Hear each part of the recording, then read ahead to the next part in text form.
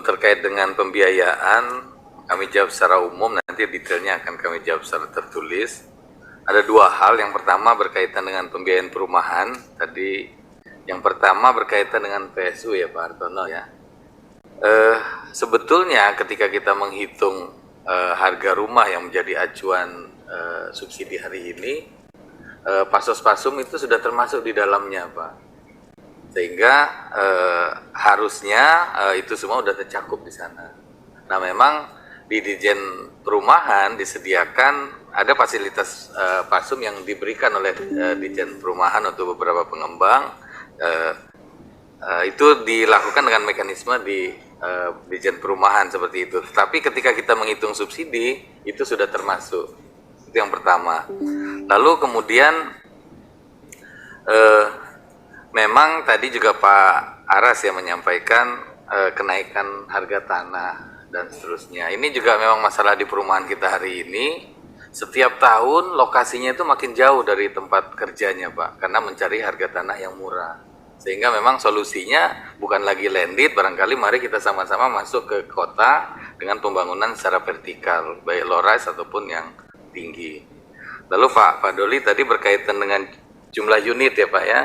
Tahun 2024 ini akan ada 166.000 unit Pak. Memang berkurang dari rencana semula yang 220.000 karena perhitungan Kementerian Keuangan kemarin mengacu ke target RPJMN yang sebesar 900.000, di mana 166.000 tadi sudah menggenapkan jadi 900.000. Walaupun target BP Tapera belum bisa berjalan karena iurannya belum dilaksanakan, itu yang tidak dihitung kemarin. Tetapi kami terus mencoba ini mencari skema yang bisa memaksimumkan jumlahnya tadi Pak dengan uang yang ada. Jadi yang diikat adalah unitnya Pak, 166.000. Lalu penerima manfaatnya siapa? Semua orang, keluarga yang belum pernah mendapat subsidi, pendapatannya di bawah 8 juta dan harus ditinggali dan syarat-syarat yang memang sudah ditentukan sesuai ketentuan yang ada. Nah, satu lagi dia juga harus lolos dari OJK checking karena pada gilirannya ini adalah pinjaman seperti itu. Jadi mekanismenya ada, tinggal pelaksanaannya memang oleh bank penyalur. Tadi berkaitan dengan sosialisasi kami sepakat sekali Pak, nanti kami akan tingkatkan itu sehingga lebih banyak, lebih tepat sasaran nanti yang menerima manfaat. Nah, selanjutnya berkaitan dengan proyek KPBU, ada beberapa proyek yang ditanyakan tadi, antara lain Maminasata dari Pak Aras tadi ya, kemudian Demak Tuban. Umumnya memang ini berkaitan dengan readiness ya. Arahan Pak Menteri kita sampai tahun 2024 ini lebih bersifat koopor, jadi memaksimumkan kondisi yang ada.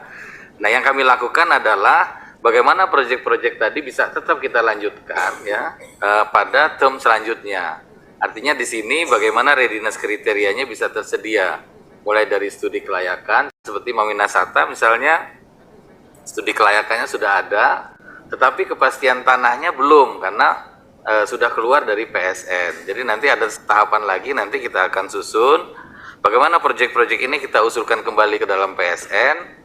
Kita pastikan dukungan yang dibutuhkan seperti tadi misalnya Demak Tuban itu harus butuh dukungan ya. Kemudian juga AMDAL dan lain-lain, dan ini akan kita lelang pada term selanjutnya. Lalu tadi ada puncak ya. Ini merupakan prakarsa, memang terus kita kawal prosesnya. Hari ini sedang proses persetujuan studi. Jadi ketika dia melakukan studi, nanti ada proses persetujuan prakarsa, langsung kita masuk ke pelelangan dan seterusnya. Tadi Pak Suryadi berkaitan dengan HLD di NTB, ini juga sedang finalisasi persetujuan prakarsa. Segera setelah itu nanti kita akan lakukan usulan AP dan pelelangan investasinya. Nah, lalu yang tadi berkaitan dengan Probowangi menambahkan, Probowangi ini memang kemampuan badan usahanya hanya sebatas tadi yang disampaikan Pak Dirjen sampai Genting. Selebihnya kalau mau dipercepat perlu dukungan pemerintah. Nah, ini yang tadi kita harus bicara dengan Kementerian Keuangan Atau kita tunggu nanti sambil berjalan, volumenya nambah, nanti kita lihat lagi bisnis plan-nya. Lalu untuk Betung Tembino Jambi tadi Pak itu akan didanai yang selebihnya dengan pembayaran bergulir berbasis layanan seperti availability payment. Jadi penugasan kepada utama karya nanti yang membayar adalah pemerintah. Lalu pendapatannya akan dikumpulkan oleh pemerintah seperti itu. Tidak lagi seperti yang selama ini hanya ditugaskan nanti gimana mencari sumber pembiayaannya oleh HK, tapi pemerintah bertanggung jawab di sana. Mungkin itu yang dapat kami sampaikan, selebihnya nanti akan dijawab tertulis. Terima kasih. Pak Iri, nggak ada cerita tentang jalan tol Bandung Cilacap Cilacap mana gitu? Mohon maaf tadi. Apa didongengin apa gitu saya udah. Ya Bu, mohon maaf tadi yang kita tadi udah dicatat, cuma kok malah lupa yang terakhir. Jadi mungkin awalnya dari Getachi dulu Bu, kemarin putus, namun ini kita siapkan untuk pelelangannya. Jadi harapannya gimana? Jadi harapannya di bulan September ini prakualifikasi sudah dilakukan untuk Getachi, nanti kita lanjutkan lagi untuk yang ruas selanjutnya. September sekarang Bu. Terima kasih. Tapi kalau saya jalan terus Bu, nggak ada antaranya.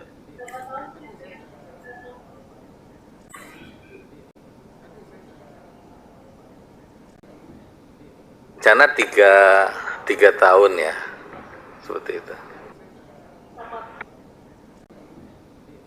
Isinya dimentokin di 50 tahun. Enggak, jadi sejauh ini masih dibatasin di 50. Gitu. Iya.